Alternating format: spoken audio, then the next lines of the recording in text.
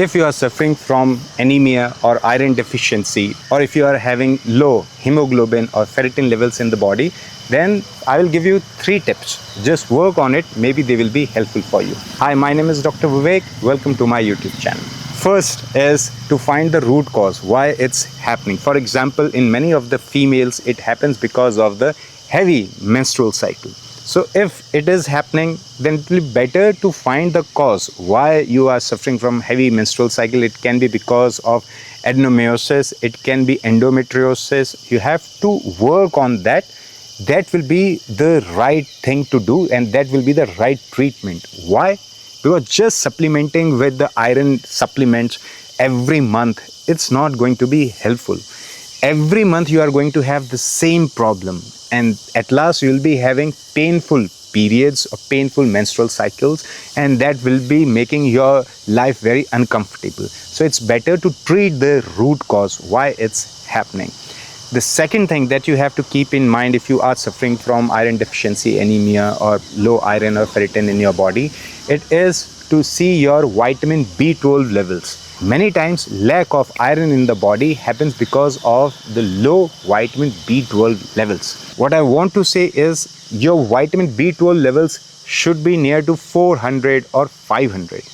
If your vitamin B12 levels are just on the range of normal, for example, the normal range starts from 230, 235, and you are having 240 or 250 vitamin B12 levels in your blood test report, then it doesn't mean that you don't have to work on your vitamin B12 levels. You have to have good vitamin B12 levels, and that is considered in the range of 400 to 500. So if you will be having good amount of vitamin B12, then only your body will be able to use the iron. It's going to absorb iron much better. So many times iron deficiency or lack of hemoglobin, it happens because of the lack of vitamin B12 in our body. So do check for vitamin B12 also.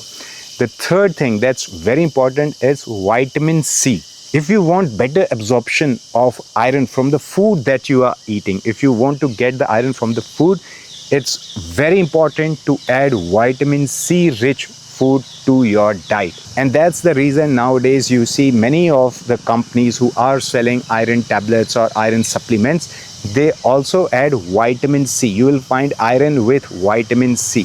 Why? Because vitamin C makes the absorption much easier, much better. So if you want full absorption of iron from the food that you are eating, you should be adding vitamin C. This is going to be very, very helpful. Now, what are the food that are rich in vitamin C? Guava is rich in vitamin C.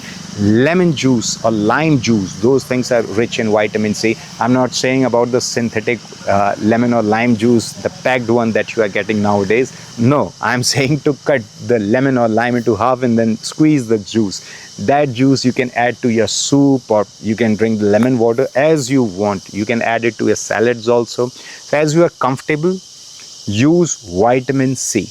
You can get vitamin C from bell pepper also. You can get vitamin C from amla, that's Indian gooseberry, one of the richest source of vitamin C. Sauerkraut is rich in vitamin C. So there are many options from where you can get vitamin C.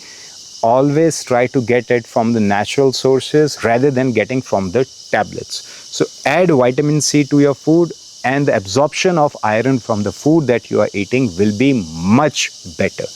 And yes, you will be getting other benefits of vitamin C also. That's for your immunity, that's for your allergies and many other stuff. But over here we are talking about good levels of iron and ferritin in your body, and in this adding vitamin C is going to be very, very crucial. But if you have to supplement for a time being, or if your doctor has recommended, then do check that it has ferric hydroxide or ferric oxide in it. If the iron that you are using is of ferric oxide or ferric hydroxide, it's better not to use that. You have to find another one that will be better absorbed by your body. Now, what are the Ayurvedic ways or the holistic science ways to make our iron levels better? First is use of moringa. Moringa, awesome herb, also known as drumstick. Moringa is superfood. It is one of the best thing to balance the iron and the ferritin levels in the body.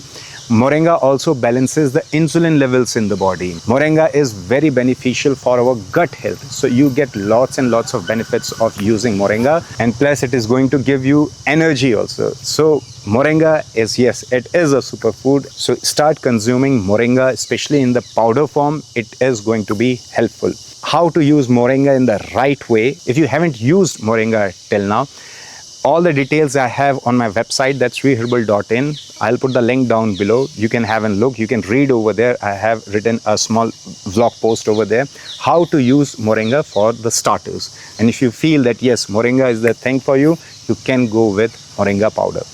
Now, another recommendation from Ayurveda is use of Lauha Asavam. If you can get it, it is also very helpful to increase the iron levels in the body.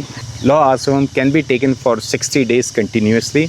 The dose is 20 to 25 milliliters plus the same amount of water. Means if you are taking 20 milliliters of Lauha Asavam, you have to add 20 milliliters of water to it and then drink it 2 times in a day. That's morning and evening after your meal.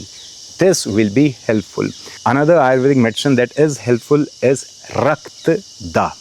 This is how it's written. So these are the things that I use in my practice. I'm not endorsing any of the brand. I have my own brand, that's shriherbal.in. If I have to endorse, I'll be endorsing my own brand. So see which of the brand is easily available near to you and go with that. So Lauha Asavam and Rakt Da. Rakt Da are the tablets, and the tablets should be taken 2 tablets in the morning, 2 tablets in the evening after your meal. And the tablets should be taken for 30 to 45 days, not more. That's it. Do these things. Consume moringa. Moringa can be consumed for whole of the year without any gap. Moringa is awesome. I just love moringa. I use it a lot in my practice, even for the people who suffer from bone issues, who have pain in the joints, for rheumatoid arthritis, for gout, all these patients, I use moringa and I've seen its awesome effect. So you can go with moringa for a long period of time. It can be helpful. But always remember, you have to find the root cause, why it's happening. If you are suffering from endometriosis or any of the issues and you are having lots of blood flow during the menstrual cycle and you are consuming moringa and Rakt Da, these things are not going to help you. So you have to find root cause. You have to see your vitamin B12 levels. Yes, in maintaining vitamin B12 levels, moringa can be helpful. But you have to consume other foods also that are rich in vitamin B12. Add vitamin C also to your diet, and these all things in complex are going to better your health. It's not just about anemia or lack of iron or ferritin in the body. These things are going to make your life better. They are going to make your gut health better. So follow these recommendations, and I hope today's video will be helpful for you. I have tried my best and I hope you felt it also. See you in next video with a big smile. Until, smile more, stay happy, stay healthy.